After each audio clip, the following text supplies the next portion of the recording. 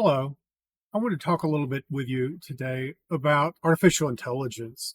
And this is going to be a series of discussions, if you will, starting with the basics and then getting into some more interesting things as we go along. So let's start at the start, so to speak, with kind of, well, what is it and where can I learn more about it? On the screen, you'll see a couple links for the materials I'll be going through.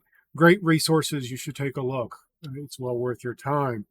So again, what is AI and artificial intelligence? And we see it in fiction quite a lot. Cool robots doing interesting things, often bringing lots of plot complications and so on. That's the nature of entertainment with artificial intelligence, and some of it may be possible at some point, and some of it maybe not so much.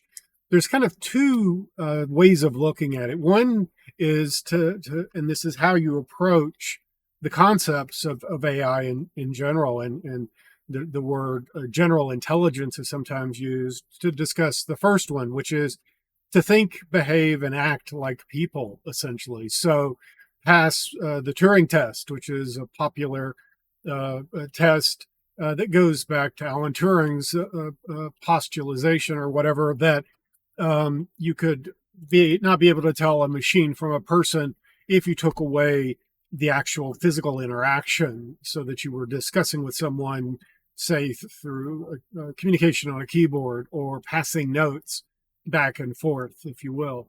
The other school of thought about artificial intelligence is to think rationally. That is, do things that are rational, meaning that they help the intelligent agent or intelligence reach the goal where it's trying to reach by doing things in an appropriate and rational approach. That does go to this concept of agents, and we'll talk a good bit about that because it is very relevant, and it's actually becoming more relevant in AI with the advent of agents making their way into large language models and being revisited in that construct, which is a natural thing to occur. And so a rational agent is an agent that tries to achieve the best outcome given the constraints and considerations that are in place. And it's about maximizing the positive outcomes while minimizing negative ones, and potentially even having some constraints that will stop what can be done. It's all about the concept of utility and maximization of utility. When we think about rational decisions, the rational is a very specific and technical word. It means reaching and achieving some predetermined, predefined goal. And it's only really concerned with the decisions that are made, not the process that is going through to make them. So it's all about, are the right decisions being done? And it's really about, is the end what you're wanting to occur, not so much the means of how you got there. And the goals are expressed in terms of utility, of outcome. And those are very specific words that mean a particular thing. And it all becomes down to the final point of being rational, means that you are maximizing your expected outcome or your expected utility. So, and a better way of thinking about artificial intelligence might be computational rationality. And that's an interesting thing to think about. So when we think about how we might have gotten here, we started, especially with the kind of the one school of thought of, well, maybe we need to understand how the human brain works so that we can emulate human intelligence, so that we can start building something that acts like us. And the challenge is that the brains aren't simple things. They're not modular in the sense that there's one particular piece that does one particular thing, and you plug in it and it works, and you swap it out with a different one and it works, and so on. Much more complicated than that. But you could think of brains being to intelligence as wings are to flight. It's a way of enabling it, likely not the only way of achieving it. So very hard to figure out why or how the brain works. And they're good at making some decisions, but maybe not always perfect about it. Sometimes we actually rationalize our decisions versus make rational decisions, unfortunately. And they certainly are very challenging to reverse engineer. So you things that are important is memory, and simulation and stimulation are key to decision making. So when we think about designing a rational agent, the agent is a thing that is going to perceive and act. So it's got sensors that enable it to sense its environment, and some means in an ideal world of interacting with its environment, and perhaps its environment is virtual in nature. If it's a rational agent, it's going to attempt to maximize its expected utility. And you've got these terms such as percepts and environment and action space, which are dictating what can be done and how it can be done, so that you have some terminology and so on. And when you think about what AI is really all about, it's two things. One is general AI, which is the idea of trying to be kind of somewhat simple, similar to the way the humans may think. And then also other ways of learning and problem solving that might be different than that. When you think about where AI got its foundations, where did it come from, its roots, if you will, it came from a broad, diverse set of disciplines, ranging from where you might expect computer engineering, computer science, mathematics, economics, control theory, cybernetics, linguistics and computational linguistics and natural language processing, but also neuroscience, so how the brain works and how nerves and so on works. And then in addition to that, philosophy and things like how do we think, how do we reach a decision, and so on. So combination of a lot of different things. If we talk about how did we get here, kind of started off, if you go and look at the textbook sort of declarations, the Dartmouth workshop in series of workshops, but the primary one, 1955. And then we moved into this world of, this is some cool stuff. Let's do something really cool and interesting with it. So high hopes. That's where we're dealing with programming languages like Lisp, which is a very functional language to write in, but also very challenging because of all kinds of parentheses. And then Block's World is a way of defining sort of an environment and being able to interact with it. And then we moved into some early work with neural networks and also some things like generative or genetic programming, and the idea of borrowing from the concepts of natural selection in order to be able to make programs smarter by kind of a mixture of genetic sort of random changes, some mutations, and then also some way of determining fitness, some way of ranking good and not so good. And then perceptron, one of the early connectionist solutions, a very, very early neural network. Then we moved into kind of a different world of expert systems, where we felt that the rule-based approaches of expert systems might be the future. And that's where you are very certain about outcomes. You can figure out how you got there. And it did some really cool stuff in certain fields. It still exists today.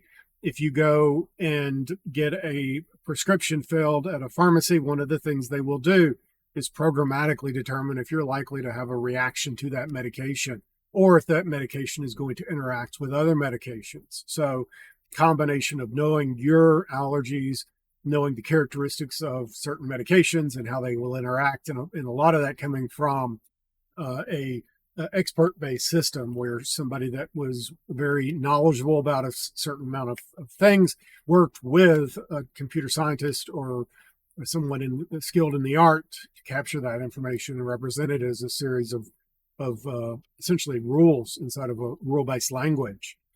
And then we returned back to neural networks, and there was kind of a big shift somewhere around 86 or so, where we moved into connectionist approaches, hidden Markov models, Bayesian networks. And then somewhere around 2000-ish, the rise of that's going to depend, but we can agree generally that it was in the 2000s. We had the rise of big data.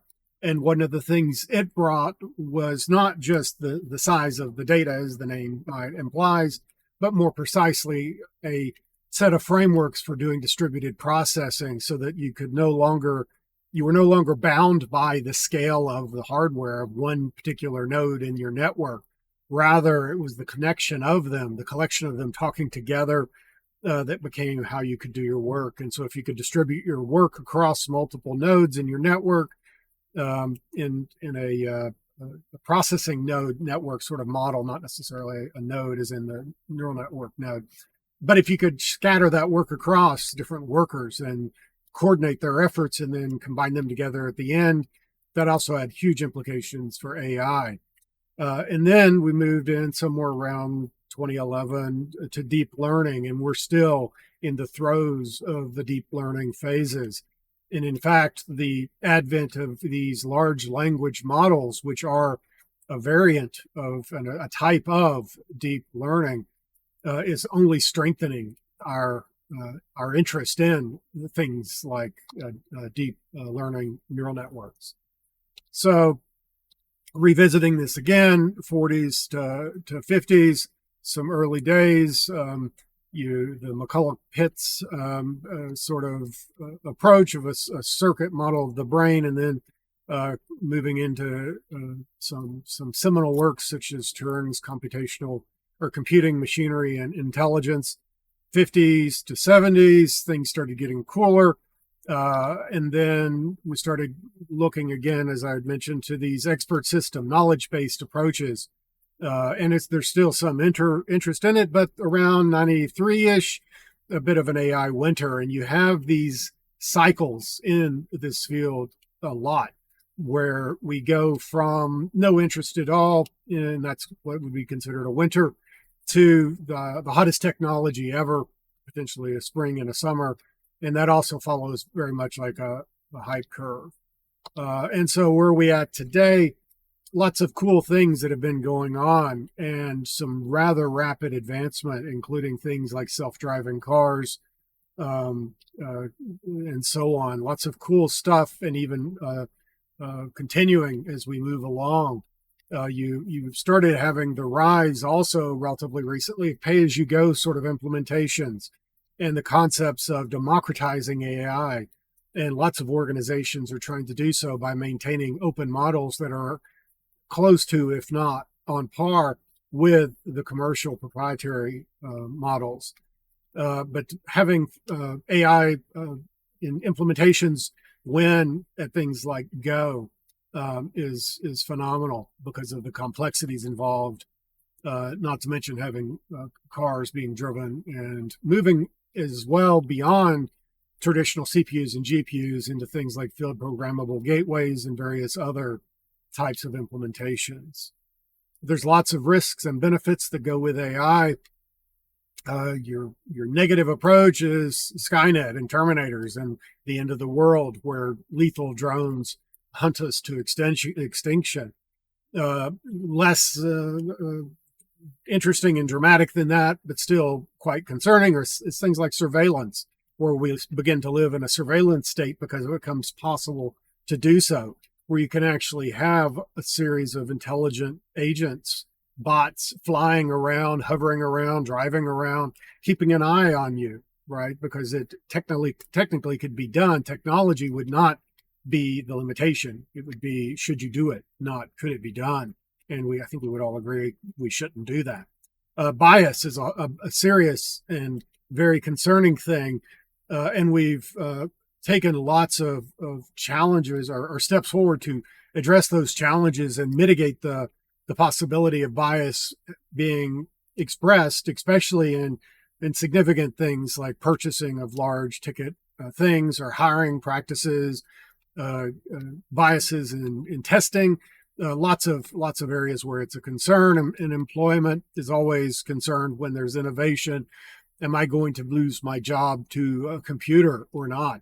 And do we need as many people as we did before? Can we make people more efficient, which is always what is going to be driven, meaning you'll need less of them to do the same. So what do you do with that surplus?